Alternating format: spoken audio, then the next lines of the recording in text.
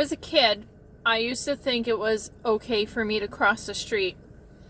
And of course, I wasn't allowed to cross the street, but I would play around the block, and I used to cross the street. I was careful, but still, I was a kid. And one day, I felt very guilty. And I basically told my father, and I was crying all over the place, and I said, Dad, I know I'm not allowed to cross the street, but I've been crossing the street. And he felt really, he was sorry to see that I got all upset. And he said he wanted me to know why. It's because I was a little kid and he wanted to make sure that I was safe. So it just had me thinking about God. A lot of people, when they think about the Catholic Church, they focus on the rules, which I get it. I get it.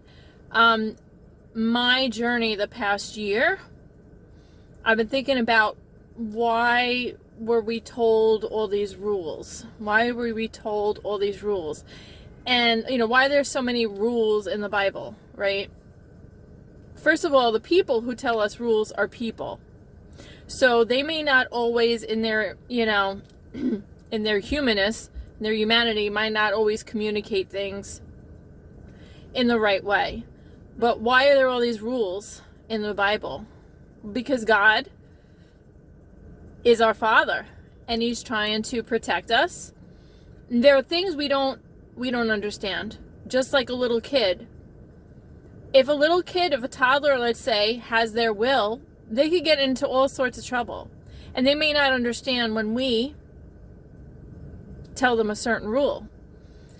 So I've come to realize that I may not understand all of God's rules, but I am learning to trust that, just like my cat, if I have to take her to the vet, she doesn't want to go to the vet. She doesn't understand why I have to take her to the vet, right? So that's the thing. We don't always know why, but I'm learning to trust.